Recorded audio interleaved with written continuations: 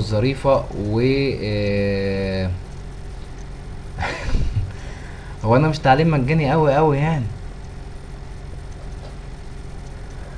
آه، شابتر 7 من الشباتر الحلوة الجميلة يعني الخفيفة اللي احنا ممكن نستخدمها في الريبورت بس. يعني انا قابلتني ان انا استخدمت شابتر 7 ده في الريبورت فقط. تمام.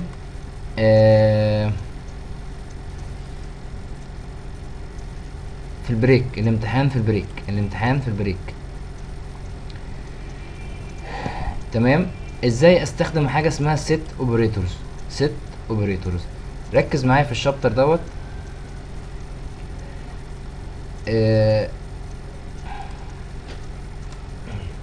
الست اوبريتورز، لو نفترض ان انا عندي هنا دايره اسمها حرف الايه ودايره بي. تمام. بيبقى في عندنا هنا نقطه تقاطع اللي هي دي نقطه تقاطع اللي هي الحاجات المتشابهه في الدايرتين. الكلام ده على ما اعتقد ان احنا خدنا الكلام دوت في ابتدائي. اللي هي ازاي نعمل يونيون، اجيب الاتحاد واجيب الكلام دوت، وايه المتشابه وايه الغير متشابه. احنا هنعرف حاجه اسمها يونيون ويونيون اول. تمام. وانترسكت وماينس. يعني ايه الكلام ده؟ يعني انا لو قلت لك دلوقتي على البورد هنا انا عندي الدايره ديت جمله سيلكت. تمام. وعندي الدايره دي برضو جمله سيلكت، وقلنا جمله سيلكت دي ايه ودي اس. انا عايز اعمل يونيون للجملتين دول بحيث ان هما ينزلوا لي جمله واحده.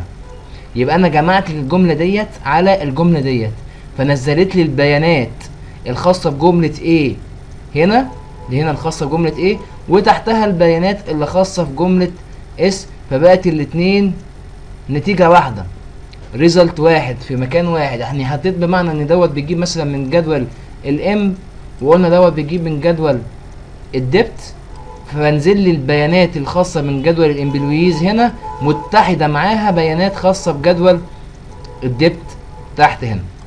دوت اليونيون. طب ايه يعني ايه يونيون ويونيون اول؟ ركز معايا.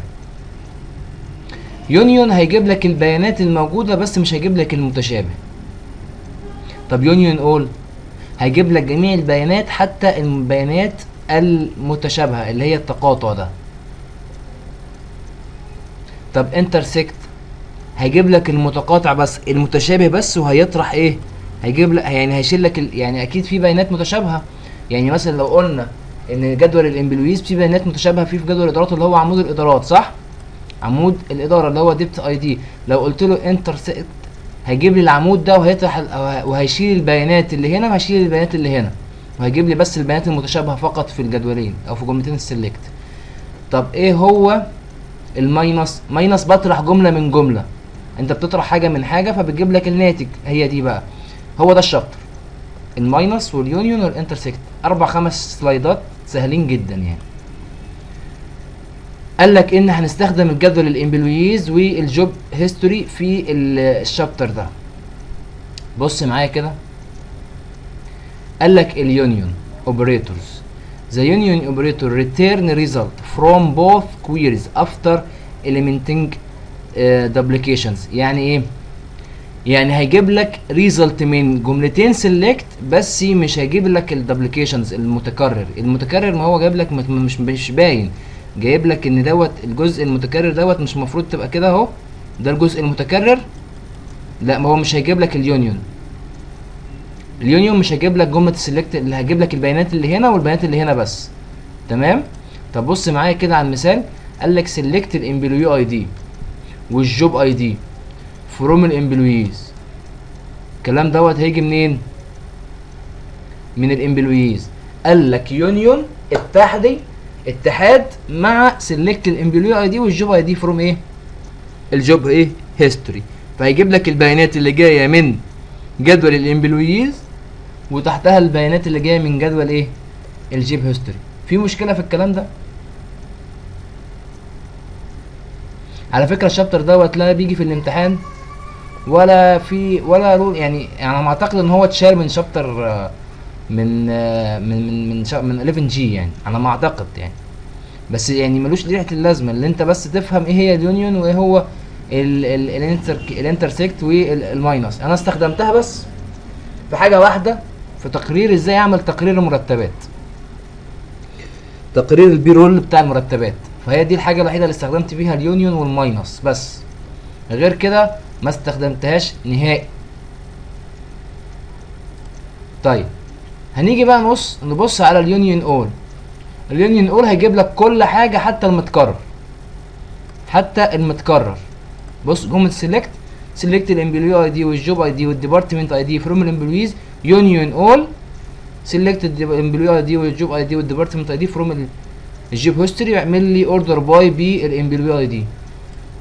اوردر باي دي كانت بتعمل ايه؟ كانت بتعمل عمليه سورتنج اللي هو الترتيب. جاب لك البيانات، جاب لك جمله السيلكت دي وبعديها تحتيها جمله ايه؟ السيلكت دي. بس خلص الشابتر. هي نفس القصه في الانترسكت، هيجيب لك بس المتشابه بس، وهيشيل لك البيانات اللي هنا وهيشيل لك البيانات اللي هنا. تمام اهو. سيلكت الامبلوي اي دي والجوب اي دي فروم الامبلويز انترسكت سيلكت الامبلوي اي دي والجوب اي دي. جاب لك 2 رو بس متشابهين في الجدولين، جابلكش بقيه البيانات.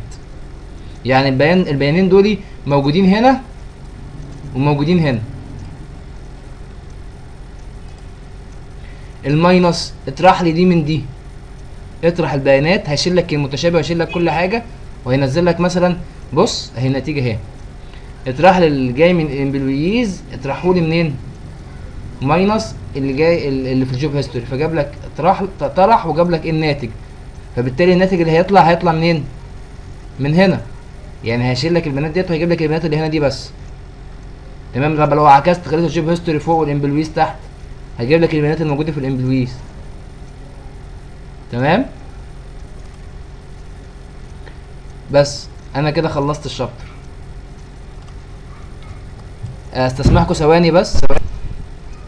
انا رجعت تاني، انا اسف. انا قلت ثواني بس.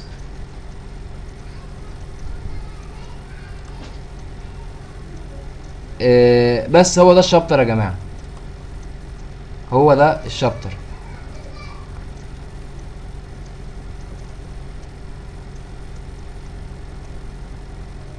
طيب using the union operators display the department ID والlocation and the hire dates from all الemployees.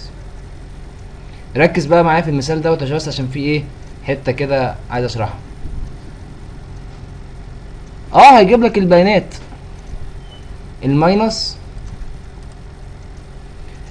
هيطرح المثال، هيطرح الجمله ديت من الجمله دي.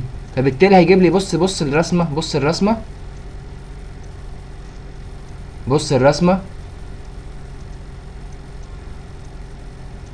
الصوت واضح يا جماعه ولا لا؟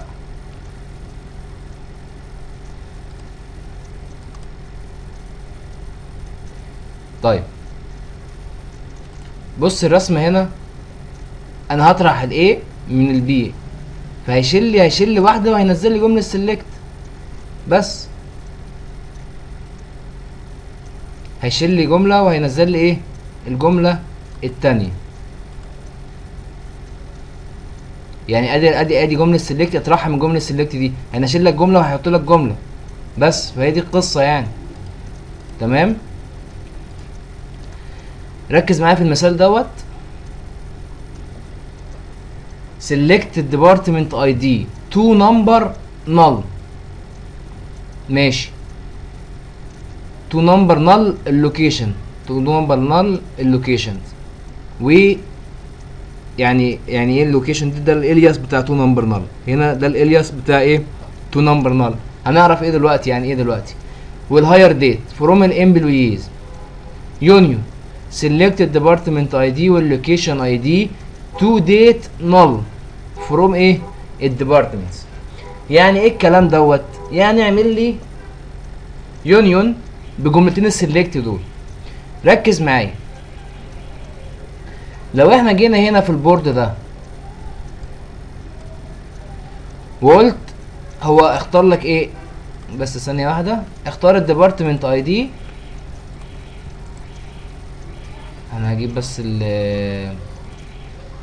الجملة.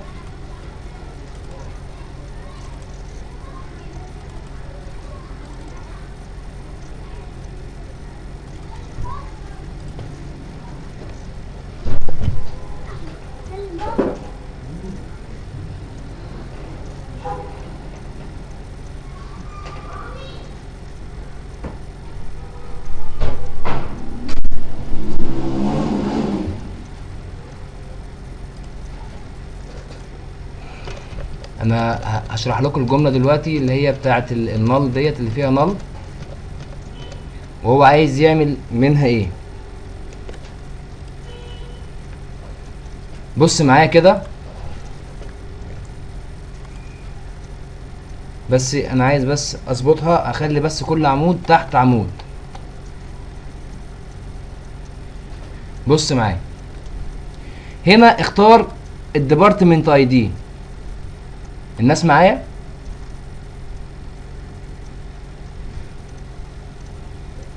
هنا اختار الديبارتمنت اي دي، تحتيه بالظبط ايه،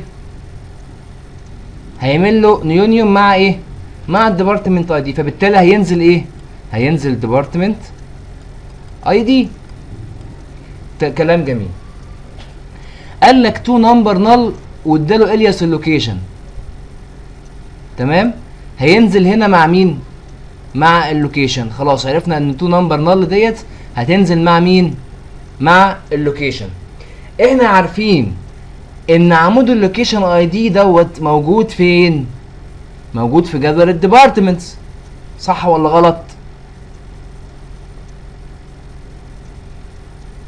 ها،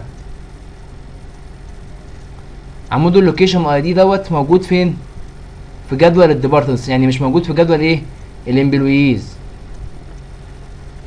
لما اجي اقول له سيلكت اللوكيشن اي دي فروم الامبلويز، هيقول لي ايه، مفيش عمود اسمه لوكيشن اي دي في جدول الامبلويز، صح؟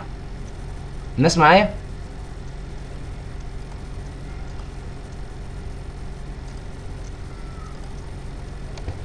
طيب عمود الهاير ديت، عمود التعيين، موجود في الديبارتمنتس ولا في الامبلويز؟ موجود في الامبلويز. كلام جميل. يبقى انا دلوقتي لما اجي اعمل يونيون مع عمود هنا في الديبارتمنتس مش موجود في الامبلويز، وعمود هنا في الامبلويز مش موجود هنا فين، في الديبارتمنتس. احنا كنا خدنا الفانكشنز، الكونفرشنز فانكشنز اللي هي التحويليه. طب خلاص انا عرفت ان اللوكيشن اي دي دوت نمبر، فاقول له تو نمبر وحولها لي دي نل مفيش فيها قيمه، بس اعمل لي يونيون معاها مع مين، مع العمود اللي موجود عندي في الديبارتمنتس، تمام. وعندي هنا الهاير ديت، تاريخ موجود في الامبلويز بس مش موجود في الديبارتمنتس. خلاص هو ديت، يبقى هستخدم فيها ايه، التو ديتس نل. لما اجي اعمل يونيون بالطريقه ديت، بص الريزلت عامل ايه، الاداره نزلت مرتين 10 و10، مره بالرقم اللوكيشن بتاعها. ليه؟ لان انا لما جيت هنا قلت له تو نمبر نل، هينزل مع مين، مع اللوكيشن اي دي، فهتنزل لك هنا رقم الاداره. ومره هيبقى فيها لما هينزل فيها رقم الاداره، رقم المكان بتاعها، مش هينزل لك هنا تاريخ تعيين. ولما هينزل لك تاريخ التعيين او تاريخ افتتاح الاداره، اللي هو اول واحد اتعين في الاداره يعني، تمام، مش هينزل لك ايه، رقمها. الكلام ده مفهوم ولا لا؟ هي لفه شويه بس موجوده يعني. متوقع ان هو هيبقى 2.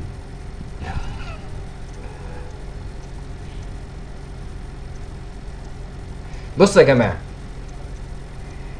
متوقع ان هو هيبقى 2 واحده بس، ما يعني 5 6 7 8 ماشي. بص خلينا متفقين كده وناخدها بالراحه، ناخدها بالراحه. عمود اللوكيشن موجود فين، موجود في جدول الدبت. يعني انا لو عملت سيلكت اللوكيشن اي دي في الامبلويز مش هيجيب لي حاجه. تمام. طيب عمود الهاير ديتس موجود في الامب.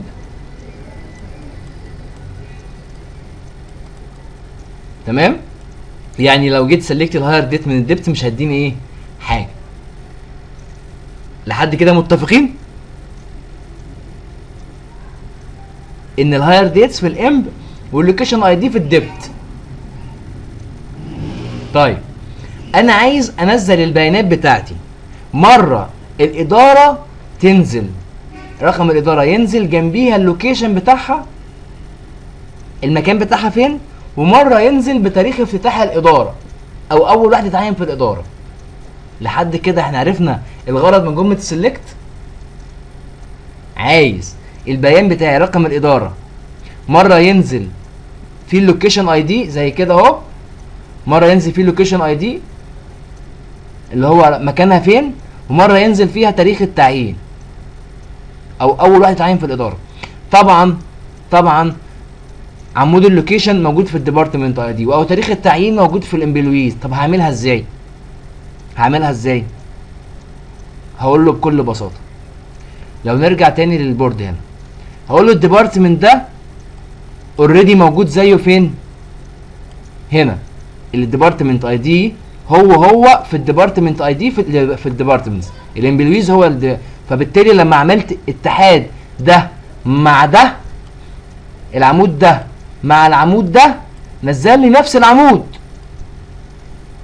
صح؟ لحد كده تمام؟ اعمل لي اتحاد بقى مع هنا. لازم اخلي القيمه دي نمبر، هحولها لنمبر بقى عشان اعمل لها يونيون مع نمبر. ليه؟ لاني اوريدي مفيش عندي قيمه اسمها لوكيشن اي دي في الجدول الامبلويز، فانا هحول النل ديت اقول له تو نمبر، خليها لي نمبر، اعتبرها لي حاجه نمبر، واعمل لي يونيون مع لوكيشن اي دي. طيب فبالتالي هنا هينزل لك قيمه اللوكيشن اي دي اللي موجوده فين؟ في الاداره. بس خلي بالك انا جيت هنا قلت له الهاير ديت، فهاجي اعمل لها يونيون مع عمود تاني. يبقى انا كل عمود بختاره لازم اجيب في جمله سيلكت اللي تحت نفس، يعني ايه، مش يعني كل عمود مقابله عمود، كل عمود بيقابله عمود. ادي الديبارتمنت اي دي قدامه الديبارتمنت اي دي. طيب اللوكيشن اي دي دوت اللي في جدول الديبارتمنتس مش لازم يقابله حاجه في جدول الامبلويز. خلاص انا مش لاقي حاجه بقى تقابله، فاقول له ايه؟ تو نمبر وافتح قوسين نل. يعني ايه الكلام دوت؟ يعني يحول لي النل ديت خليها لي حاجه نمبر مثلا، خليها لي حاجه نمبر، واديته الياس لوكيشن. خلاص اعمل لي اللوكيشن اي دي دوت، خلاص عرفت ان اللوكيشن دي حاجه ايه؟ نمبر. اجمعها لي مع حاجه نمبر اللي هو اليونيون بقى، اعمل لي يونيون مش جمع. خلي بالك في فرق بين يونيون وعلامه الزائد. ليه؟ عمليه حسابيه، يعني اي عمليه حسابيه نل في نل. اما ده يونيون اتحاد، يعني حطهم لي فوق بعض. مين يا جماعه اللي بيلعب في السكرول يا جماعه؟ يا جماعه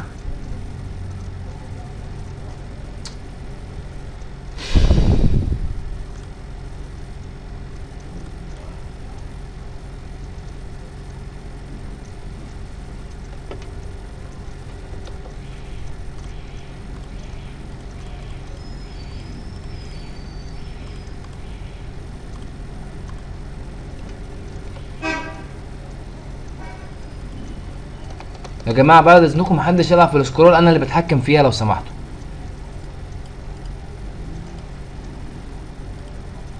يبقى قلنا الديبارتمنت اي دي مع الديبارتمنت اي دي. تمام؟ الديبارتمنت اي دي مع الديبارتمنت اي دي هينزل لي ايه؟ ديبارتمنت اي دي. وقلنا اللوكيشن اي دي دوت مش موجود في الامبلويز، فانا عايز بقى حاجه بقى اعملها مع اللوكيشن اي دي. قلت له خلاص تو نمبر النل، واديته الياس ايه؟ لوكيشن. خلي بالك ان هي دي مش عمليه جمع. هتيجي تقول لي ده عمليه يا باشمهندس اي حاجه في نل بنل، لا دوت مش جمع، ده يونيون، في فرق شاسع. يعني ايه؟ اعمل لي اتحاد مع اللوكيشن اي دي، فانا هينزل لك ايه؟ اللوكيشن اي دي. بس خلي بالك بقى المره اللي هينزل لك فيها اللوكيشن اي دي مش هينزل لك فيها التاريخ، والمره اللي هينزل لك فيها التاريخ مش هينزل لك فيها ايه؟ اللوكيشن اي دي. ليه؟ ليه؟ لان الاداره ديت ليها رقم واحد وليها تاريخ، ليها رقم واحد وليها تاريخ تعيين واحد. فالمره اللي هينزل لك فيها اللوكيشن اي دي يبقى كده هو استخدمها من جدول الديبارتمنتس، فبالتالي اللي هاير ديتس مش موجود في الامبلويز. والمره اللي هينزل لك فيها الهاير ديتس مش هيجيبها لك من الديبارتمنتس، فهينزلها لك ايه؟ مش هيجيب لك فيها اللوكيشن اي دي. بص الريزلت عامل ازاي، جاب لك 20 مره هنا جاب لك اللوكيشن اي دي وما جابلكش هاير ديت. ليه؟ لان اللوكيشن اي دي موجود في الديبارتمنتس والهاير ديتس مش موجود في الديبارتمنتس، فنزل لك اللوكيشن اي دي ما نزلكش الهاير ديت. وهنا راح منزل لك الهاير ديت ما نزلكش اللوكيشن اي دي. ليه؟ لان اللوكيشن اي دي مش موجود في الامبلويز والهاير ديتس موجود في الامبلويز. بس انا عايز انزل الاداره رقمها فين واول واحد اتعين فيها فين امتى، بس هي دي القصه يعني. فايه حكايه النال دي تو نمبر نال؟ انا هعمل يونيون مع عمود مش موجود عندي في التيبلز، فلازم احط حاجه بداله نفس الداتا تايب بتاعته. تمام كده؟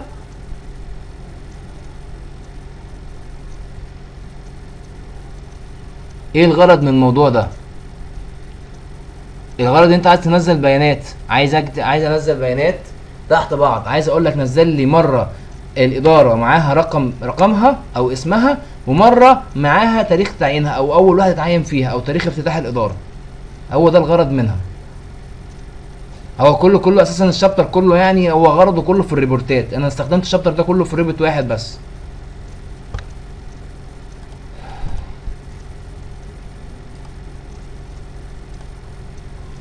طيب هو نفس القصه هنا، بص خلي بالك بقى. هنا بقول له ايه؟ بتعمل عمليه ماتشنج. على فكره بعد اذنك اكتب لي انجليزي لعربي، فما اكتبش، ما بعرفش اقرا الكلام اللي الفرانكو ده. الامبلوي اي دي والامبلوي اي دي هينزل الامبلوي اي دي، الجوب اي دي هينزل معاه الجوب اي دي، السالري موجود بس في الامبلويز مش موجود فين؟ في الجوب هيستوري. فهعمل لي يونيون، هينزل لك الاداره وهينزل لك المرتبات بتاعتها. اخر حاجه في الشابتر دوت حاجه اسمها الضمني. يعني ايه ضمني؟ يعني حاجه وهميه. يعني ايه برضو؟ جمله السلكت دي كلها من دول، وقلنا دول دوت الجدول الوهمي بتاعي. يعني لو قلت له سلكت حماده فروم دول، يونيون سلكت احمد فروم دول، يونيون سلكت لولو فروم دولز، جمله اي حاجه هتسلكت اي حاجه من دول هينزلها لك زي ما هي. ماشي؟ بس خلي بالك هو هنا سلكت سونج سينج، تمام؟ واداله الياس اسمه ماي دريم، وسلكت I'd like to teach، وبعدين سلكت ذا وورلد 2. ايه بقى 3 اد ضمني واحد اد ضمني واتنين اد ضمني ديت؟ بقول له الريزلت بتاعك بقى هتقول له كولم اد ضمني، تمام؟ نو برنت كولم اد ضمني، كولمز ده نو برنت ما تطبعهوش. طب ايه ضمني برضو دوت؟ عشان ارتب. بتقول له ايه؟ انا عايز الجمله السلكت دي رقم 3، يعني ترتيبها رقم ايه؟ 3، وجمله السلكت دي 1، يعني هتظهر لك اول سطر هيظهر اللي انا قلت له عليه 1، وهنا ده هيظهر بعديها وده 3. بص بالرغم ان انا كاتب كلمه سنج اول واحده في السلكت بتاعتي الا ان الريزلت بتاعي ظهرت ان هي رقم 3. ليه؟ لان انا قلت له ظهرها لي رقم 3. والسلكت اللي هي I'd like to دي ظهرت رقم 1، برغم ان انا ظهر لها كاتبها رقم في الترتيب بتاعي، كاتبها رقم 2 اهو، بس انا كاتب له في الترتيب ظهر لي رقم 1 فظهرت اول واحده. وذا وورلد 2 ظهرت رقم 2، بالرغم ان انا كاتبها اخر واحده ظهرت رقم 2. ليه؟ لان انا قلت له ايه؟ اعملها لي ضمني، رتبها لي بس. فدوت عشان عندي جمله سيلكت عايز ارتب بيها. وقلت له هنا ايه؟ اوردر باي الضمني ده. هي مالهاش، هي بس اعرف ان انت عندك امكانيه ان انت ممكن ترتب الريزلت بتاعك. يعني انت تكتب جمله سيلكت زي ما انت عايز وتقول له ايه؟ لا انا هرتبها لي زي ما انا هكتبها في جمله سيلكت. دي 3 حاجات في الريبورتات. ده الشابتر ده كله حاجات في الريبورت. يعني انا مني واحد ما استخدمتش الا اليونيون والماينس لحد دلوقتي. اما اي حاجه تانية ما استخدمتهاش. وهقول لكم استخدمتها ازاي في اليونيون والماينس، هقول لكم استخدمتها ازاي في اليونيون والماينس. ركز معايا دلوقتي. هنفترض مثلا ان دوت جدول الموظفين. هنفترض دلوقتي ان دوت جدول الموظفين. على فكره الفكره اللي انا هقولها لك دلوقتي، الفكره ديت لما تيجي تعمل التقرير دوت بفلوس، بديك فكره بفلوس. بس قبل ما اديك الفكره ثانيه واحده بس هرد على التليفون دوت. تليفون بس، ولا يهمك يا باشمهندس عمرو. بص ركز معايا بقى في الفكره اللي انا هقول لك عليها دلوقتي. الفكره ديت بفلوس.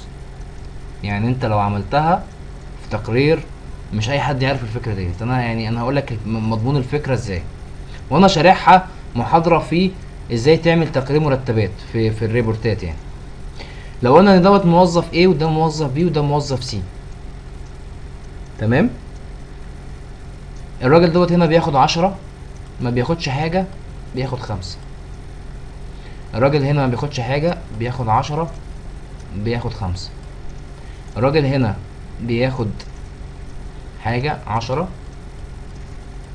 5، ما بياخدش حاجه. هنا دي هنا مثلا المرتبات ديت بيقول لك ايه؟ استحقاقاتك. انت عايز تاخد هنا استحقاقاتك بدل سكن، بدل سفر، بدل مضربك، بدل ما زعلك، بدل ما مش عارف ايه الكلام دوت. واستقطاعاتك بقى، انت غبت النهارده كام يوم، مش المرتبات تقرير المرتبات بيبقى كده ولا انا غلطان؟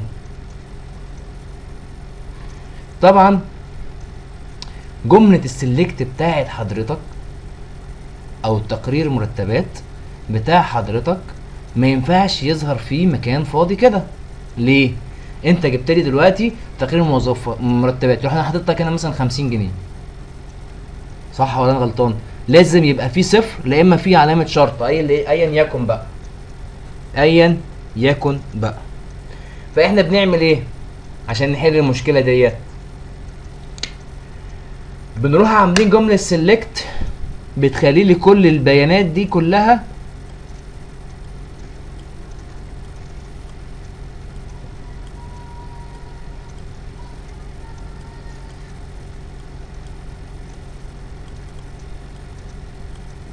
اصفار.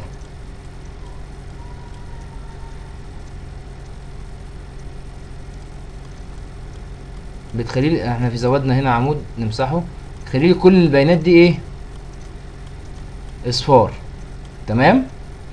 وجملة سيلكت تانية بتخلي لي اللي هو بياخده ده اصفار. يعني ايه؟ هقول لك، بص اهو،